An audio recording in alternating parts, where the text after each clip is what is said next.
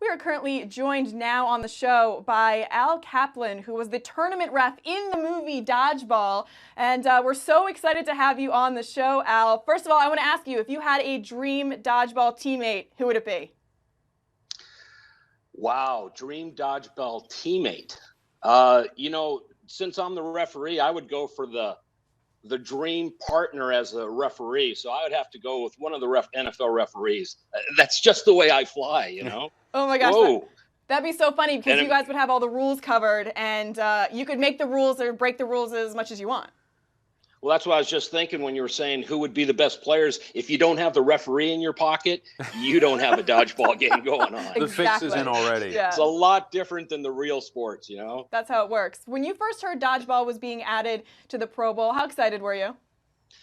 It's amazing how far-reaching this game has gotten. From the movie, I've done charity events, I've done business conventions. Everybody gets into the dodgeball tournament, and it's just amazing how far-reaching it goes.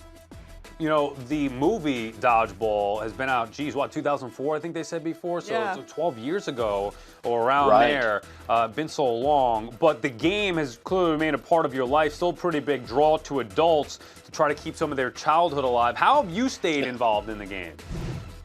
Well, it's amazing how, again, far-reaching it is. So people that you don't even know, the amazing thing to me is even in another country, I went and saw the movie, and I'm sitting up there watching me on the screen, but somebody dubbing the voice in like Dutch. And, then I find out that it's in German and Sweden, and it's just amazing how far reaching it is. So people asking me to do certain appearances, reliving that experience over and over for other people seems to be something that people can't get enough of, just like the movie. It seems to play every night because at the gym, at the grocery store, people say, hey, I saw that again last night, watched it 15 times and I still love it. It's just amazing. I'm so proud to be a part of something that's such a classic movie. When people come up to you and talk about the movie or recognize you from the movie, what's the one quote that they always say to you from the movie?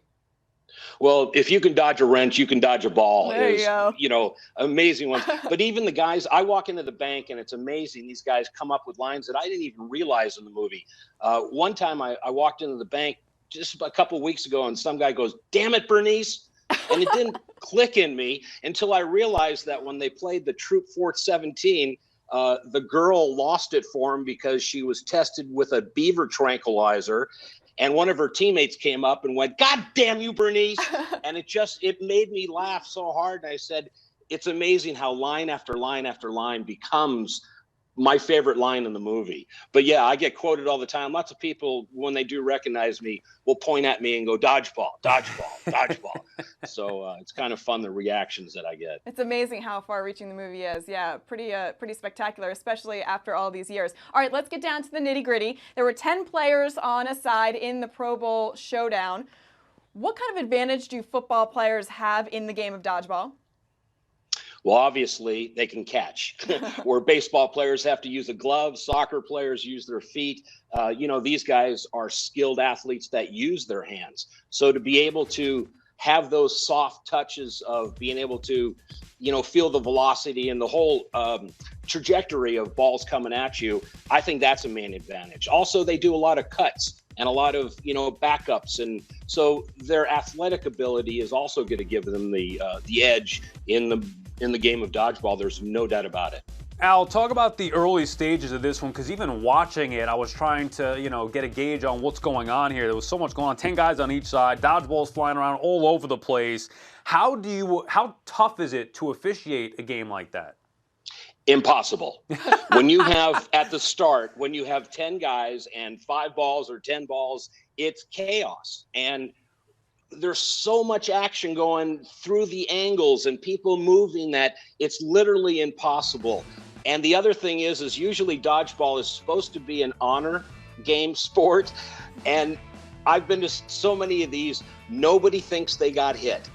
So it's utter chaos. And until it gets whittled down to a couple people, you really need like 10 referees if you have 10 players. It's really impossible to officiate. All right, so let's get into some of the specifics about how the NFC won. I mean, right away, basically the AFC team had 6 guys eliminated, and then it seemed like it was almost a foregone conclusion. What did they do wrong? Well, it looked to me like the AFC just was going to sit back and use catching the ball to eliminate their opponents, whereas the NFC looked a lot more aggressive. They looked like they went up and got the balls.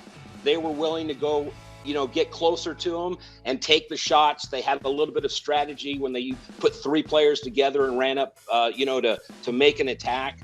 Also, that they had a guy in the back of their thing that was feeding them balls. So he was picking them off the ground and feeding them back to them. Whereas you see here in the AFC, those balls just went back to the fence, and they had to either take time to retrieve it, or they just missed out and used that advantage of just catching the ball, which obviously didn't work. How about another tactical error here by the AFC? They were down just 2 players, T.Y. Hilton and Chris Harris, and I guess both guys held 2 dodgeballs. Really? I mean, like, you have to use your hands to catch, and you would even think that they would hold one to block it, and then, or drop it and catch it, but they pretty much eliminated themselves, didn't they? Just by being, in fact, I think the whole AFC eliminated themselves as a team by just bad, they had no strategy. Even when Jerome Bennis during the timeout, he came up and had some good strategy. He said, don't everyone go for a ball. Let's one of you go, skip a ball, one of you go. The problem is he didn't designate who should go. So nobody went. Poor coaching. They had the right idea of coming up with strategy. Unfortunately, they just came up real shy from it. Al, there was a little bit of controversy with Odell Beckham Jr. when he was knocked out. He said the ball hit the ground first before it hit him, which means he wouldn't be disqualified, but the ref thought otherwise. Sal thinks it's just OBJ complaining like he normally does. Everybody's out to get Odell Beckham Jr., even in the Pro Bowl. What did you think?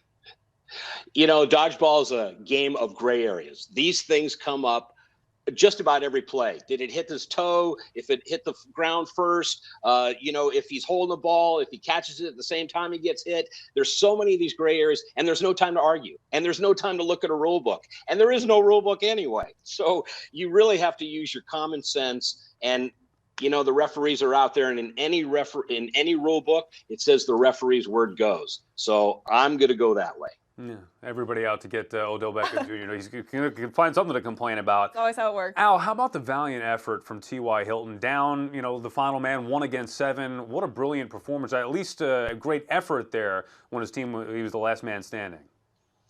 Well, they wrote that into the script of a Hollywood movie called Dodgeball, where there was one guy left, and he had to give the valiant effort to come back for the team. That's what the excitement of dodgeball is all about. When you get down to, 5-on-1 and they actually make an effort and they catch a couple and eliminate a couple, and everyone starts thinking, wow, this could be 2-on-1. This could be 1-on-1. They came up a little bit short here. They weren't an underdog story yesterday, but, he did do a great job of coming up with that dramatics at the end of the game. All right, so the NFC came away with a win. Do you have any NFL players in mind that didn't participate that would potentially be really good at dodgeball? Well, you got to think the smart ones. The best athletes are going to do it.